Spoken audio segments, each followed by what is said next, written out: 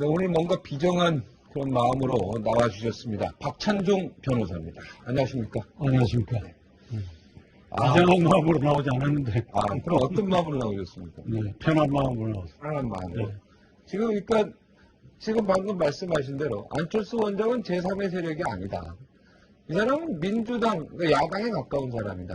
진정한 제3의 세력이 나와야 된다. 이렇게 주장하시는 거죠. 네. 우리가 안철수 현상에 대한 그 본질을 정확히 봐야 된다고 생각합니다. 이 얼마 전에 손학규 전 민주당 대표가 국민은 정치인들이 정치인만을 위한 정치에 진력을 내고 있다고 했어요. 네. 안철수 현상은 뭐냐? 새누리당과 민주당이 연출해내고 있는 오늘의 이 정치 질서가 정당 패권주의, 그리고 국회 말살 뭔가 하면 국회의 자율권을 정당 패권주의자들이 말살시키는 거예요. 예를 들면 정당의 대표의 비서실장을 국회의원으로 임명하는 나라입니다. 이거를 언론도 그렇고 태연하게 보고 있어요. 정당의 대표를 왜 국회의원으로 임명합니까? 국회의원은 헌법에 한 사람 한 사람 헌법기관이고, 네. 그 국회의원은 국가이익을 우선하여 양심에 따라 직무를 행할 자율권을 가진 사람들입니다. 그러니까 정당이 당대표와 최고위원을 뽑고 또 국회의원들 모여서 원내대표를 뽑아요. 이 두 가지 축이 있는데 이 두 축 중에서 한 축을 죽여야 돼요. 당대표 뽑고 최고위원 뽑아가지고 당을 비대화하고 거기서 공천권을 쥐고 거기서 국회의원을 낙하산 돌려막기, 줄 세우기로 만들어내가지고 국회에 파견해서 반드시 패싸움을 시켜.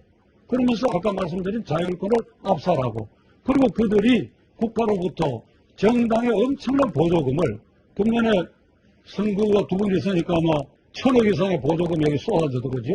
이번에 진보당 사태의 한 요인 중에는 국고 보조금이 그 자리 잡고 있어요. 이와 같이 정당의 비대, 정당의 부패, 그래 국회의 자율권이 말살, 국회의 패싸움, 이 토양 위에서 청와대도 비대해지고, 따라서 청와대의 대통령 권력을 제대로 비판 견제해야 할 국회가 그 기능을 본원적으로 상실해서 오늘날 부정부패의 연원이 출발점이 청와대가 되어버렸다.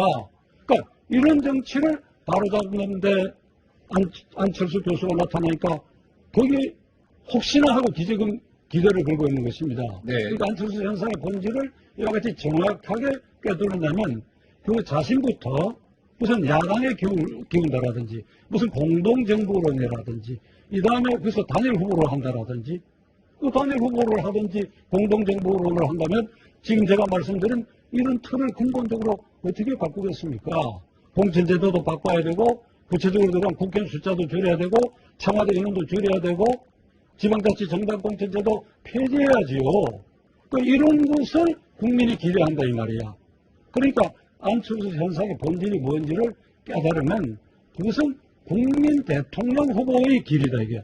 양쪽 정당은 정당 대통령 후보고, 그러니까 이번에 우리 헌법이 6.29 이후 사실상계 제정된 겁니다.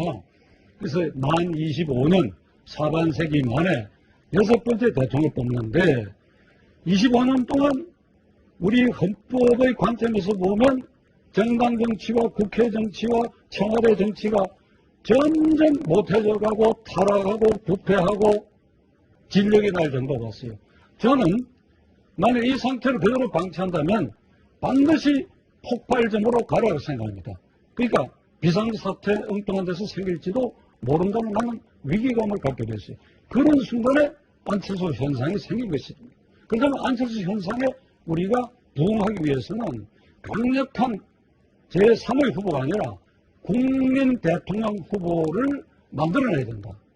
거기에 안철수 교수가 부응해야 된다. 만약 안철수 교수가 부응하지 않는다면 제3의 국민 대통령 후보 깡들이 거기에 올라서가지고 그래서 거기서 선의의 경쟁을 하고 그래서 국민 눈높이에 맞는 정치 개혁안, 사회 개혁안을 만들어서 정당 후보와 당단히 겨루어가지고 그래서 승리를 해내야 된다. 네. 그래야 이 나라 정치도 사회도 개혁도 구조적으로 바뀔 수 있다. 이렇게 네. 생각합니다. 아주 뭐 매우 중요한 얘기를.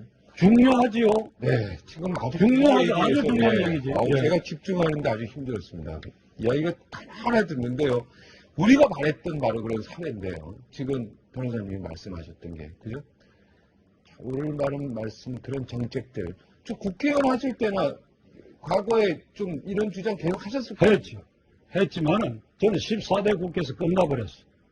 14대 그러니까 95년에 끝나버렸는데 계속해서 잘 아시잖아요. 나는 삭발해갖고 무소속도 했고 신정치개혁당 만들어 소리를 질렀는데 양김이 그리고 JP까지 3김이 지역 분할을 해서 정당 패권주의가 굳건히 자리 잡고 있을 때에 이 말이 먹혀 들어갈 리가 없죠. 이제는 3김도 사라졌고 그러한데도 그것을 거두어들이고 새로운 지평을 열어야 할 후배들이 더 악성인 정당 정치와 국회를 망가뜨려 놨다 이거야. 네. 거기에 안철수 현상이 생겼다 이거야. 네. 그러면은 지금 안철수 원정의 여러 가지 지금 방향 자체가 조금 잘못 가고 있는 분위기를 감지하고 있기 때문에 우리 박찬전 변호사님이 오늘 대권 출마를 여기서 선언하시는 겁니까? 제가요. 네. 출마 선언을 지금 하라고 하는 사람이 있어요. 네. 초등학교 4학년짜리 내 손자 녀석이야. 아, 예. 할아버지 그런데 출마 선언을 근데 저는 올라서- 오늘 이 자리에서 이렇게 말씀드리려고 합니다. 제가 동기를 부여해가지고 국민 대통령 후보 추대위를 때리는 분들이 지금 결성해 가고 있어요. 네. 국민 대통령 추대. 국민 대통령이죠. 왜 그러니까 정당 대통령 후보가 아니다 이거야. 네. 예를 들면 새누리당의 지금 박근혜 위원장이 가장 유력한데 그이가 그 후보가 되면 그 정당 후보의 새누리당 후보의 틀을 못 벗어나 거기에 백수십 명 국회의원이 이익을 지켜주고 네. 그런데 국회의원 숫자 줄이고 청와대 숫자 줄이고 지방자치 공천 폐지하고 이런 걸 박근혜 후보가 공약할 수 있겠나요? 마찬가지로 민주당 당들 가진 후보 누가 되더라도 마찬가지 결과다. 그러니까 이 양쪽이 도저히 그 기득권을 파묻혀가지고 개혁할 수 없는 그런 국민혁명적 공약안을 만들어가지고 그것에 동의하는 사람들은 국민 대통령 후보 추대위원회에 누구든지 올라서자 이거야. 나는 안철수 교수가 반드시 여기에 올라서야지. 예를 들면 계속해서 애매한 태도를 취하든지 하면 안철수 현상을 만든 그 공은 인정하지만은 자연인 안철수는 여기서 이 물기 없는 사람으로 배제될 수밖에 없는 날이 올 수도 있으니까 네. 안 교수 내 말을 지금 듣고 국민 대통령 후보 추대위원회에 올라오라 이거예요. 박찬종도 올라서겠다 이거예요. 그러니까 올라서겠다 이거예요. 국민 대통령 추대위를 만들어서 거기서 한번 경선에서 붙어보자 이런 얘기시죠. 거기에 박찬정 변호사님도 올라가는 거고 안철수 원장도 올라가는 거고 그 다음에 또 여태 사람도 올라올 수 있고 박 부장님. 얘기하는 거죠. 예. 여야 정파를 초월해가지고 네. 지금 정당 정치가 얼마나 심각하고 패권주의에 매몰되어 있다 하는 것을 깨닫는다면 새누리당에서도 김문수, 정몽준, 이재호 이런 사람들이 뭐 무슨 경선 규칙을 개정해라 이런 뭐 비명 같은 소리 하지 말고 일로 오라 이거 여기 와서 국민 대통령 후보로 한번 화 펴놓고 한번 국민혁명 공약안으로 밝은 눈으로 한번 보자 이거야. 안철수 교수도 들어서고 박찬정도 올라가요.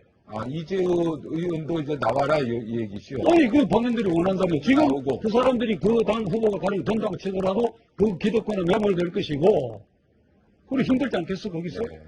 그 이쪽도 마찬가지지.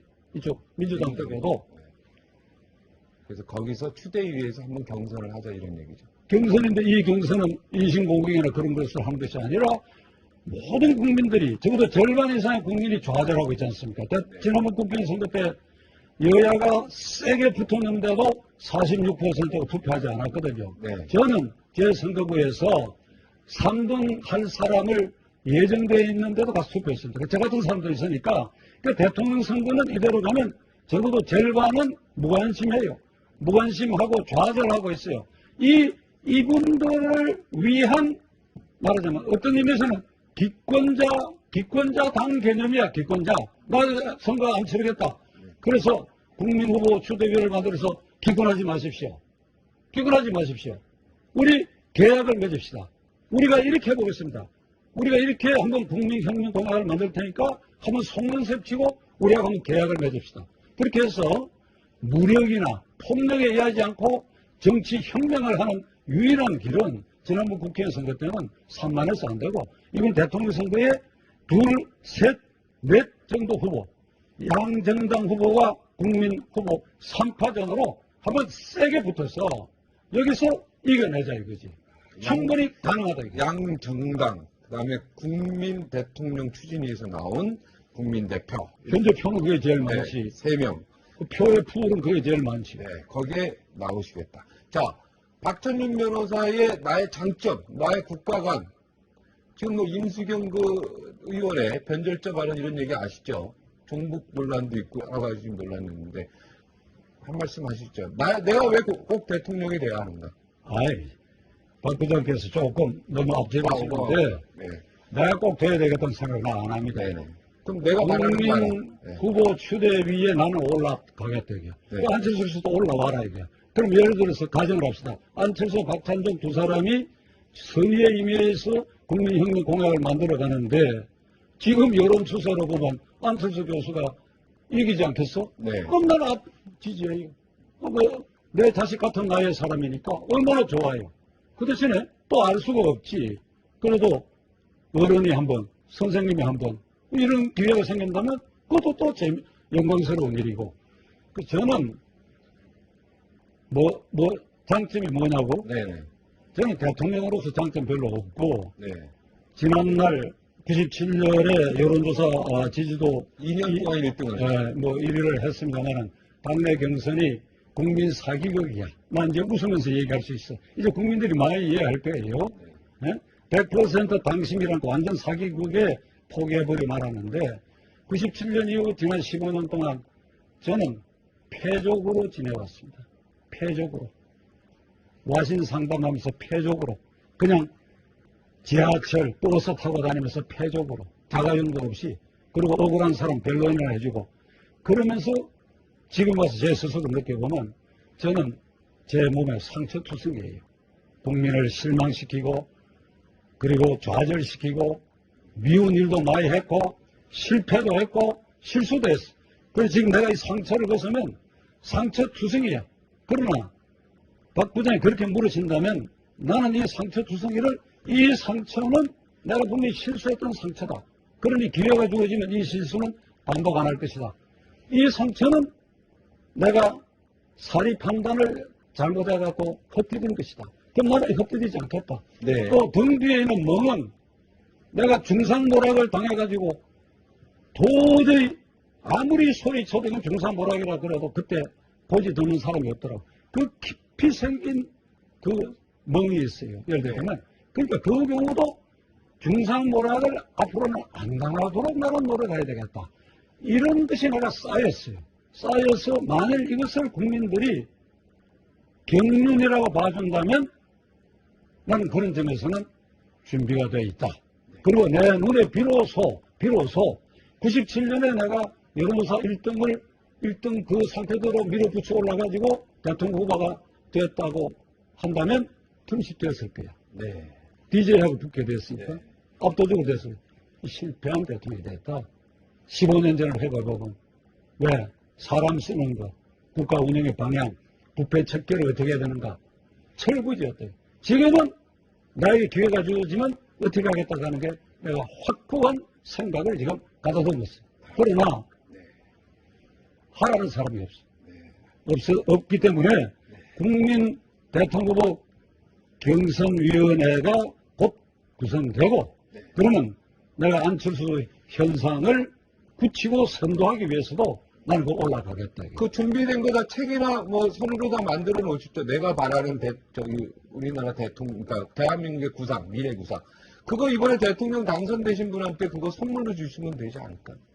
그거 줄 수도 있죠. 예, 줄 수도 있죠. 줄 수도 마음에 있죠. 드시면. 줄 수도 있지. 그러나 아름다운 경쟁을 통해 가지고 국민 대통령 후보도 누구든지 간에 꽃가마를 채워줘서는 안 돼요. 네. 좋은 의미에서 경쟁을 해가지고 나는 그 경쟁에서 이긴 사람한테 그것을 줘야지. 알겠습니다. 오늘 여기까지만 듣겠습니다. 오늘 바쁘신데 나와주셔서 대단히 고맙습니다. 감사합니다.